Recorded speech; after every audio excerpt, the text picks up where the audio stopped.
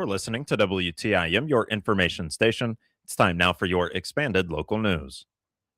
A boil order remains in effect in Taylorville for the 700, 800, and 900 blocks of West Prairie Street. No restaurants are included. The boil order is in effect due to water main repairs. The boil order will be in effect until bacteriological samples can be taken to ensure public safety. The public is urged to boil all water used for drinking and cooking purposes to a rolling boil for at least 5 minutes before use. Residents will be notified when the boil order is lifted. For further information, contact Marlon Brune, Water Superintendent for the City of Taylorville. The Springfield area is getting a major investment in local parks, thanks to a nearly $1.8 million state grant supported by State Senator Doris Turner. The money comes from the Illinois Department of Natural Resources Open Space Land Acquisition and Development, or OSLAD program. It's a cost-sharing grant that helps communities improve parks and outdoor recreation spaces. Senator Turner says neighborhood parks play a vital role in the community, and that investing in them gives people places to gather, relax, and explore. Springfield is receiving two separate $600,000 grants, one for improvements at the Lake Springfield Center Park and another for the redevelopment of Dreamland Park. Springfield Park District Board President Leslie Ergo says that the Dreamland Park project will help create new memories for future generations while building on the park's long history. Meanwhile, the village of Grandview is also receiving $600,000 to build a new outdoor sports complex. The project will include bocce ball and pickleball courts, soccer fields, a basketball court, and a walking path, along with stormwater improvements and new fencing. Grandview Village President Mia Ray says the project represents opportunity and investment in the community, adding that the funding helps turn long-held visions into reality. The OSLAD program has awarded more than $675 million statewide since its beginning. More information is available through the Illinois Department of Natural Resources. The Taylorville Kiwanis Club heard from Taylorville Memorial Hospital Foundation Director Katie Champion Williams. Williams stated that she is 3 months into the position as Foundation Director, coming in with 21 years of fundraising experience. Williams worked with the American Cancer Society and UIS with her fundraising efforts and is looking forward to working with TMH. She recently received her master's degree and in doing so, wrote her thesis on fundraising. Williams is driven by healthcare philanthropy and believes that generosity turns into better healthcare. Williams went on to state that funds that are associated with the Butterfield Foundation are utilized to obtain life-saving equipment for the hospital and first responders. Williams informed the club that a new fund has been created called the Kim Bourne Endowment Fund. It's focused on assisting emerging leaders. Money from both the Butterfield Foundation and Emerging Leaders Endowment are used locally. For more information on supporting the TMH Foundation, call 217-707-5271.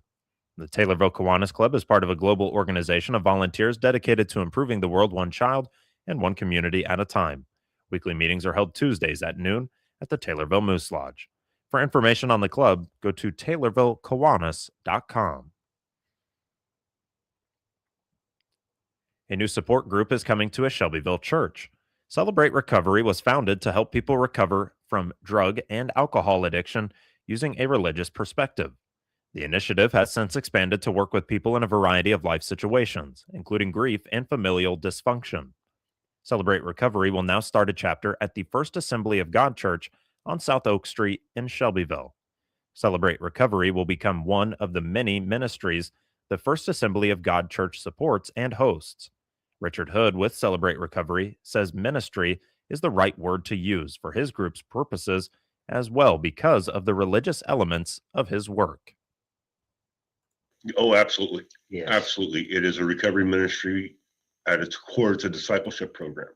Yes. It is bringing people to Christ and strengthening the relationship with Christ. That is what it all comes down to.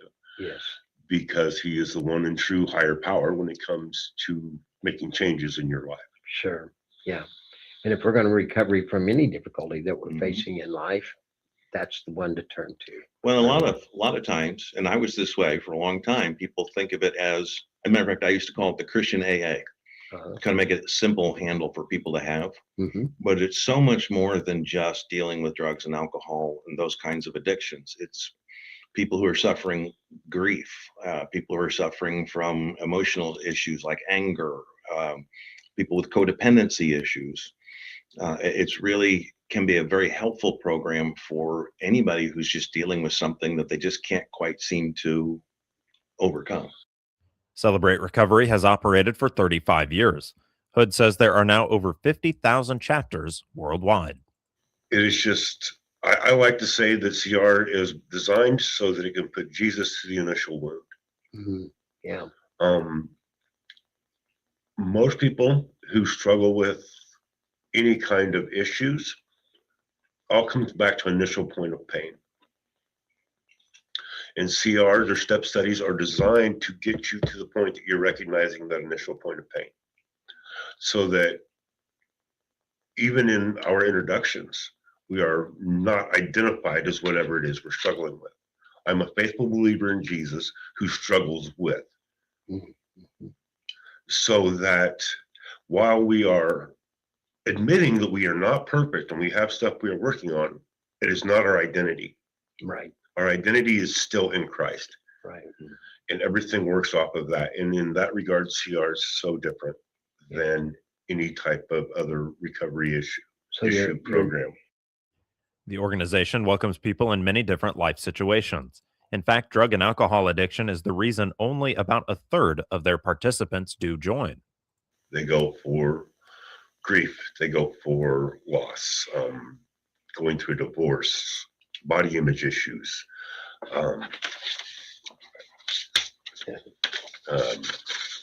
codependency, sexual abuse, adult children of family dysfunction, food and body image issues, and love and relationship type of problems like that.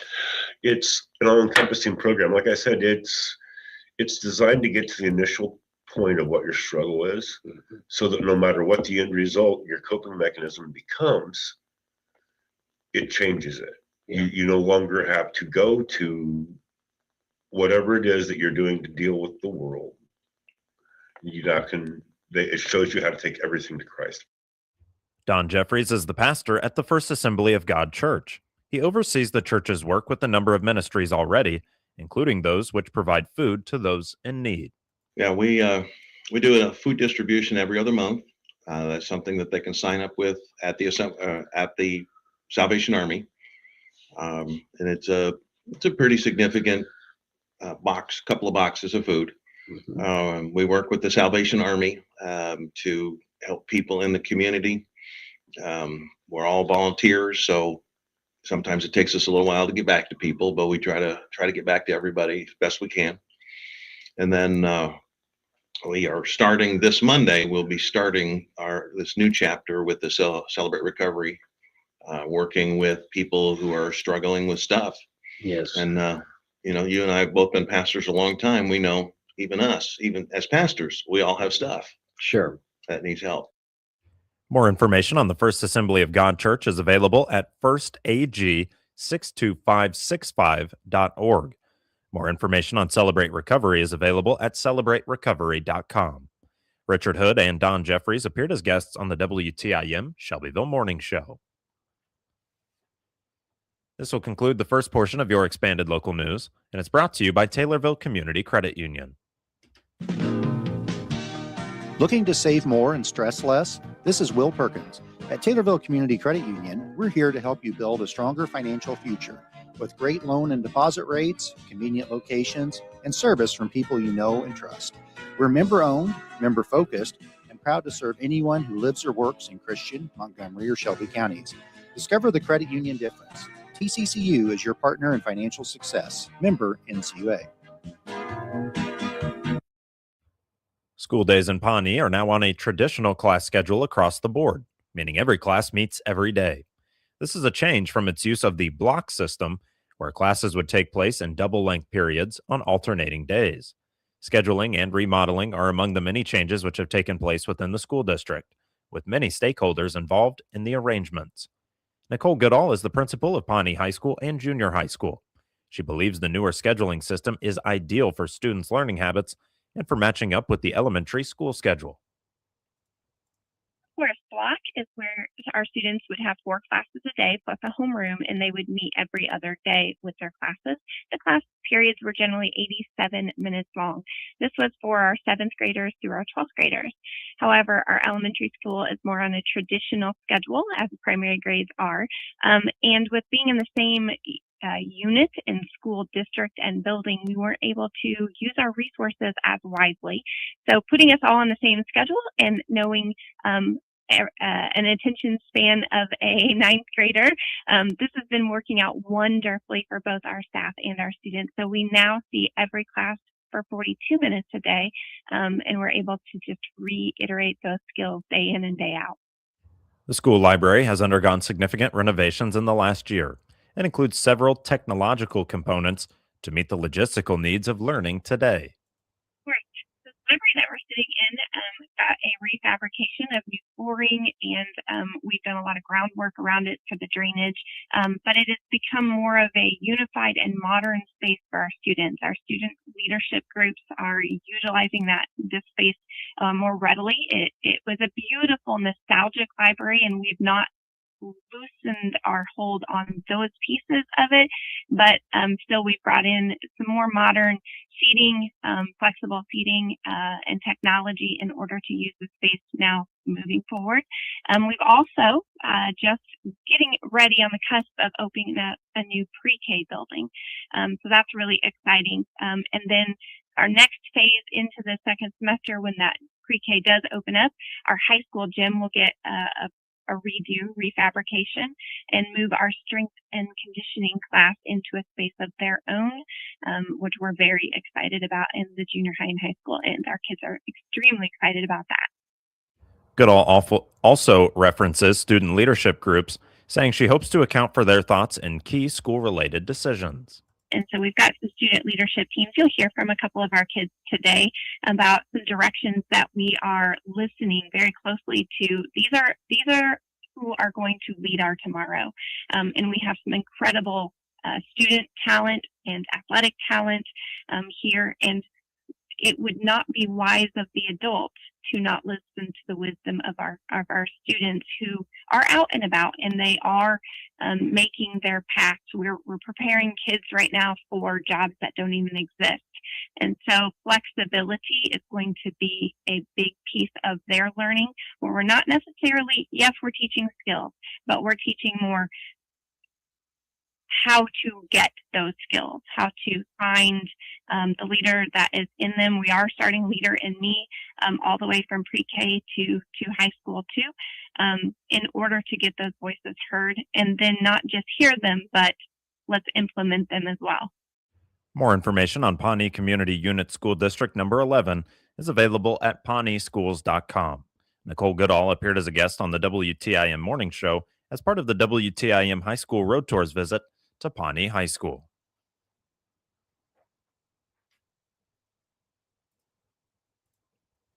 More than 160 exhibitors featured at next month's Midwest Truck and Trailer Show in Peoria. Mock inspections are a key feature, says Don Schaefer with the Midwest Truckers Association.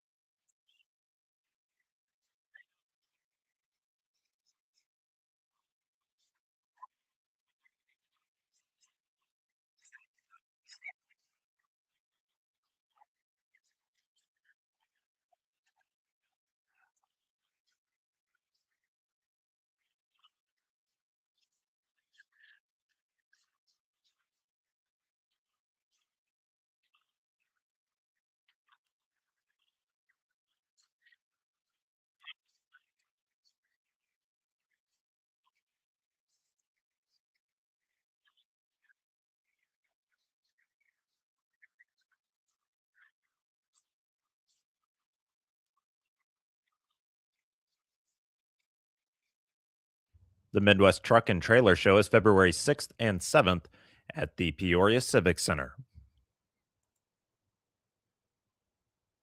Digital ticketing will be in effect for this summer's Illinois State Fair. State Fair Manager Rebecca Clark has this to say.